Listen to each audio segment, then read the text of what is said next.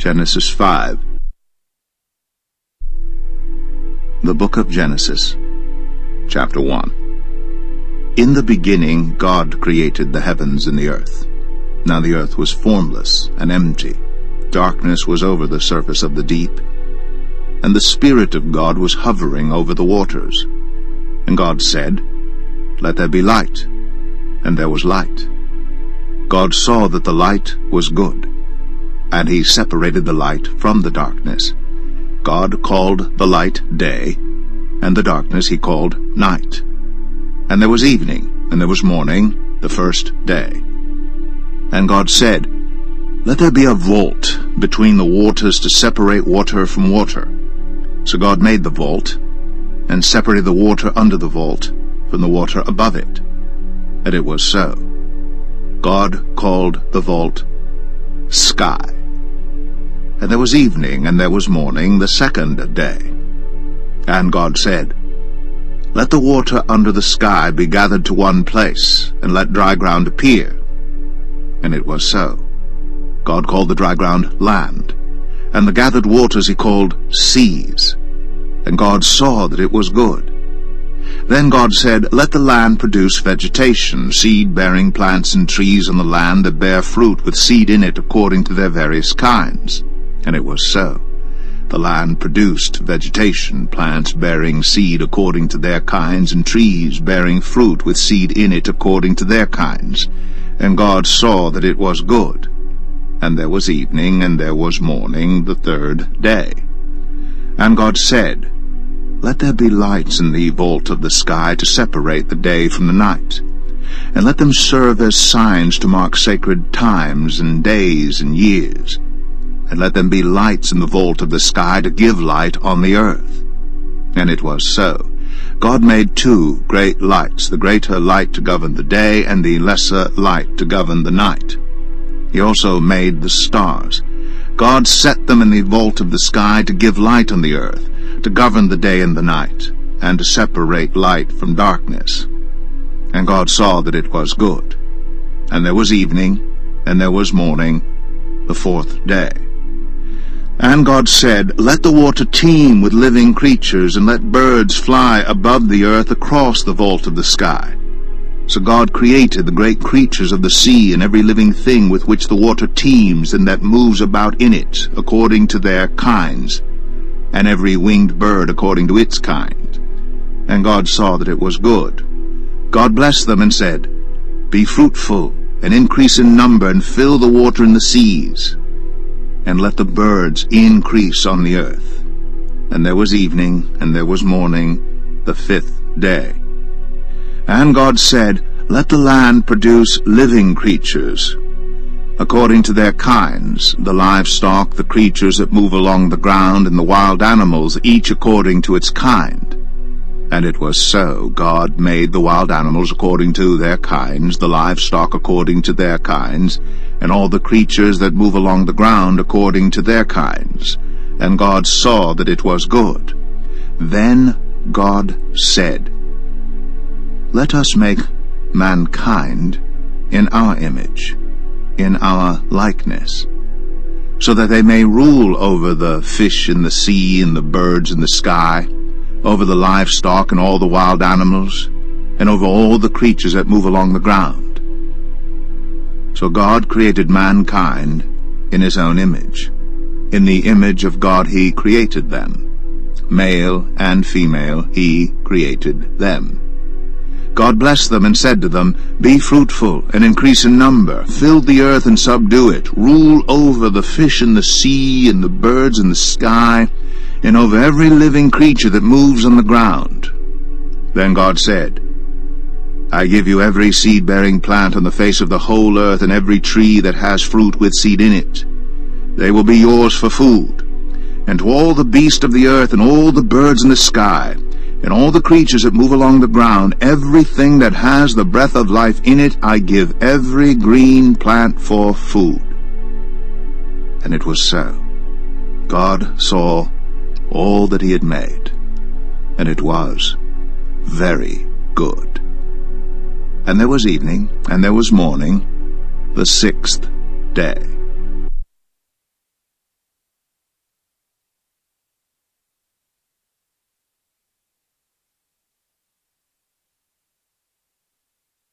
Genesis 2. Thus the heavens and the earth were completed in all their vast array. By the seventh day God had finished the work he had been doing. So on the seventh day he rested from all his work. Then God blessed the seventh day and made it holy, because on it he rested from all the work of creating that he had done. This is the account of the heavens and the earth when they were created, when the Lord God made the earth and the heavens. Now no shrub had yet appeared on the earth, and no plant had yet sprung up, for the Lord God had not sent rain on the earth, and there was no one to work the ground. But streams came up from the earth and watered the whole surface of the ground. Then the Lord God formed a man from the dust of the ground, and breathed into his nostrils the breath of life, and the man became a living being.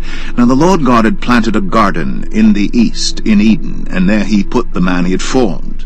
The Lord God made all kinds of trees grow out of the ground, trees that were pleasing to the eye and good for food. In the middle of the garden were the tree of life, and the tree of the knowledge of good and evil. A river watering the garden flowed from Eden. From there it was separated into 4 headwaters. The name of the first is the Pishon. It winds through the entire land of Havilah, where there is gold. The gold of that land is good. Aromatic resin and onyx are also there. The name of the second river is the Gihon. It winds through the entire land of Cush. The name of the third river is the Tigris. It runs along the east side of Asher. And the fourth river is the Euphrates. The Lord God took the man and put him in the Garden of Eden to work it and take care of it. And the Lord God commanded the man, "You are free to eat from any tree in the garden, but you must not eat from the tree of the knowledge of good and evil. For when you eat from it, you will certainly die." The Lord God said, "It is not good for the man to be alone. I will make a helper suitable for him." Now the Lord God had formed out of the ground all the wild animals and all the birds in the sky. He brought them to the man to see what he would name them. And whatever the man called each living creature, that was its name. So the man gave names to all the livestock, the birds in the sky, and all the wild animals. But for Adam no suitable helper was found. So the Lord God caused the man to fall into a deep sleep, and while he was sleeping he took one of the man's ribs and then closed up the place with flesh. Then the Lord God made a woman from the rib he had taken out of the man, and he brought her to the man. The man said, "This is now bone of my bones and flesh of my flesh. She shall be called woman, for she was taken out of man." That is why a man leaves his father and mother and is united to his wife, and they become one flesh. Adam and his wife were both naked, and they felt no shame. Genesis 3. Now the serpent was more crafty than any of the wild animals the Lord God had made. He said to the woman, "Did God really say, 'You must not eat from any tree in the garden'?" The woman said to the serpent, "We may eat fruit from the trees in the garden, but God did say, 'You must not eat fruit from the tree that is in the middle of the garden, and you must not touch it, or you will die.' You will not certainly die." The serpent said to the woman, "For God knows that when you eat from it, your eyes will be opened, and you will be like God, knowing good and evil." When the woman saw that the fruit of the tree was good for food, and pleasing to the eye, and also desirable for gaining wisdom, she took some and ate it. She also gave some to her husband who was with her, and he ate it. Then the eyes of both of them were opened, and they realized they were naked. So they sewed fig leaves together and made coverings for themselves. Then the man and his wife heard the sound of the Lord God as he was walking in the garden in the cool of the day, and they hid from the Lord God among the trees of the garden. But the Lord God called to the man, "Where are you?" He answered, "I heard you in the garden, and I was afraid because I was naked, so I hid." And he said, "Who told you that you were naked? Have you eaten from the tree that I commanded you not to eat from?" The man said, "The woman you put here with me, she gave me some fruit from the tree, and I ate it." Then the Lord God said to the woman, "What is this you have done?" The woman said, "The serpent deceived me, and I ate." So the Lord God said to the serpent, "Because you have done this, cursed are you above all livestock and all wild animals. You will crawl on your belly, and you will eat dust all the days of your life. And I will put enmity between you and the woman, and between your offspring and hers. He will crush your head, and you will strike his heel." To the woman he said, "I will make your pains in childbearing very severe. With painful labor you will give birth to children. Your desire will be for your husband, and he will rule over you." To Adam he said, "Because you listened to your wife and ate fruit from the tree about which I commanded you, you must not eat from it. Cursed is the ground because of you. Through painful toil you will eat food from it all the days of your life. It will produce thorns and thistles for you, and you will eat the plants of the field. By the sweat of your brow you will eat your food until you return to the ground, since from it you were taken. For dust you are, and to dust you will return." Adam named his wife Eve, because she would become the mother of all the living. The Lord God made garments of skin for Adam and his wife, and clothed them. And the Lord God said, "The man has now become like one of us, knowing good and evil. He must not be allowed to reach out his hand and take also from the tree of life and eat and live forever." So the Lord God banished him from the Garden of Eden to work the ground from which he had been taken. After he drove the man out, he placed on the east side of the Garden of Eden cherubim, and a flaming sword flashing back and forth to guard the way to the tree of life.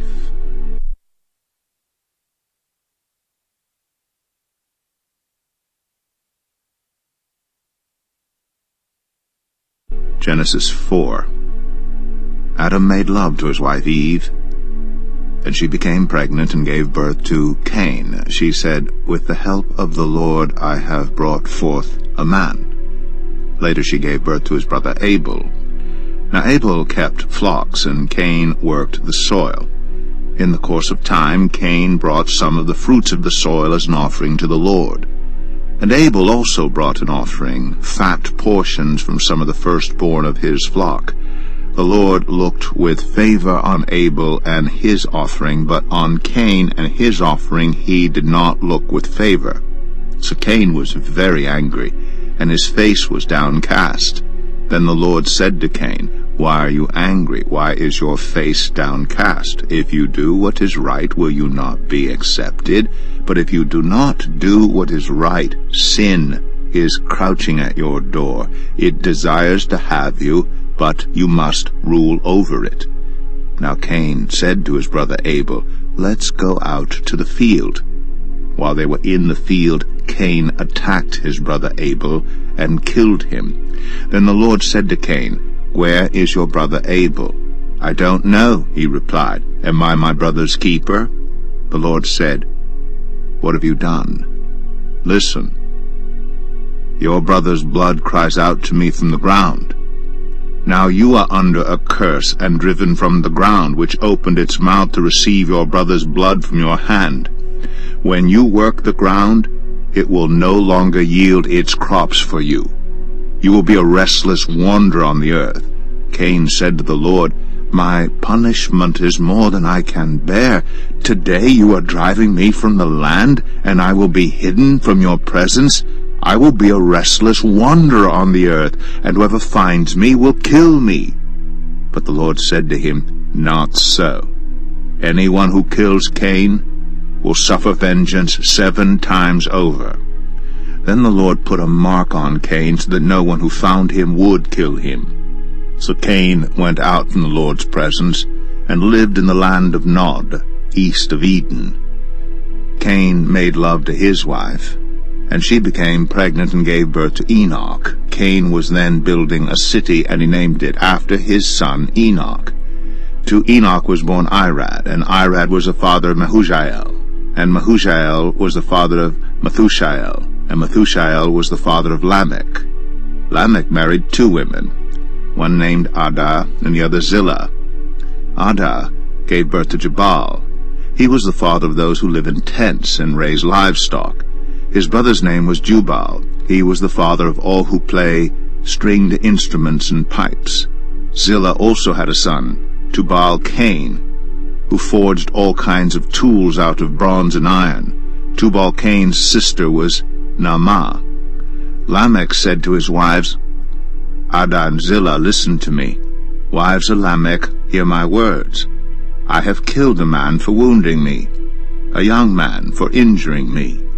If Cain is avenged 7 times, then Lamech 77 times. Adam made love to his wife again, and she gave birth to a son and named him Seth, saying, God has granted me another child in place of Abel, since Cain killed him. Seth also had a son, and he named him Enosh. At that time, people began to call on the name of the Lord.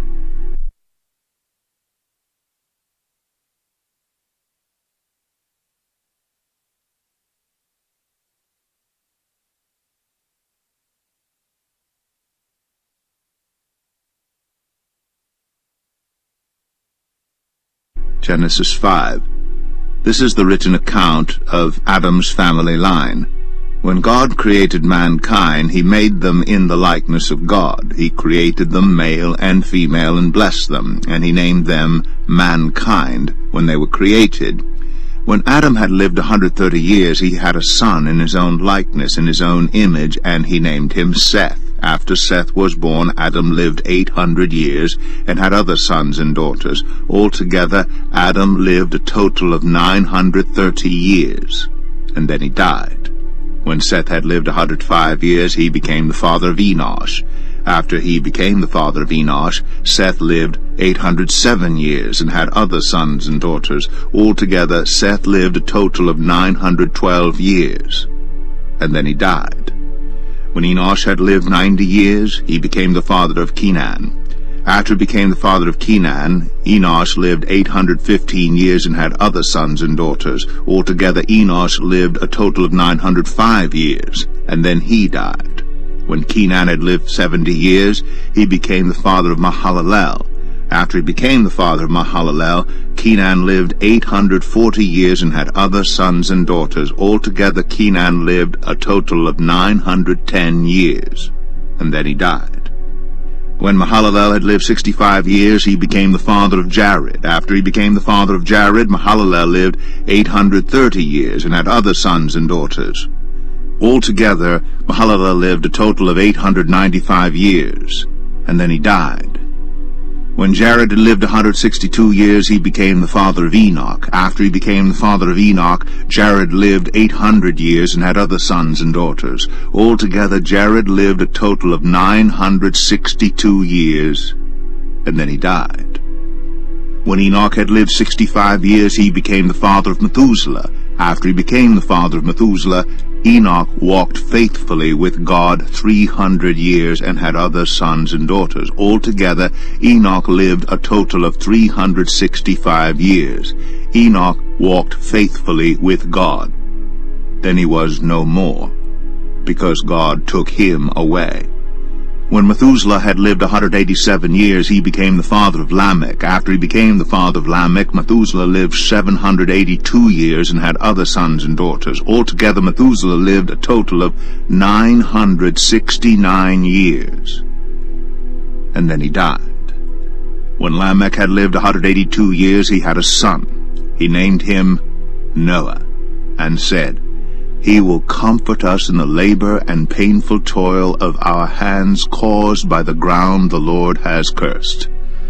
After Noah was born, Lamech lived 595 years and had other sons and daughters. Altogether, Lamech lived a total of 777 years, and then he died. After Noah was 500 years old, he became the father of Shem, Ham, and Japheth. Genesis 6. When human beings began to increase in number on the earth and daughters were born to them, the sons of God saw that the daughters of humans were beautiful, and they married any of them they chose. Then the Lord said, "My spirit will not contend with humans forever, for they are mortal. Their days will be 120 years.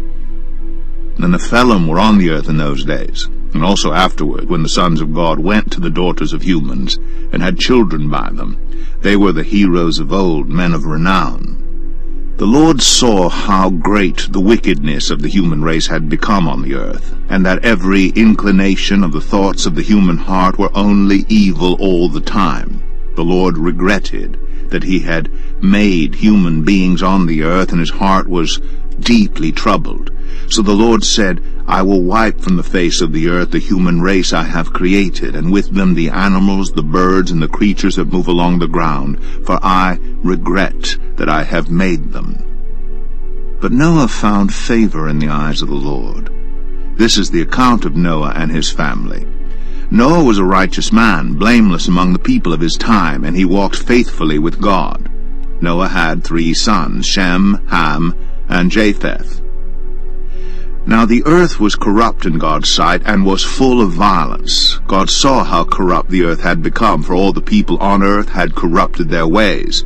So God said to Noah, "I am going to put an end to all people, for the earth is filled with violence because of them. I am surely going to destroy both them and the earth. So make yourself an ark of cypress wood, make rooms in it, and coat it with pitch inside and out. This is how you are to build it. The ark is to be 300 cubits long, 50 cubits wide, and 30 cubits high.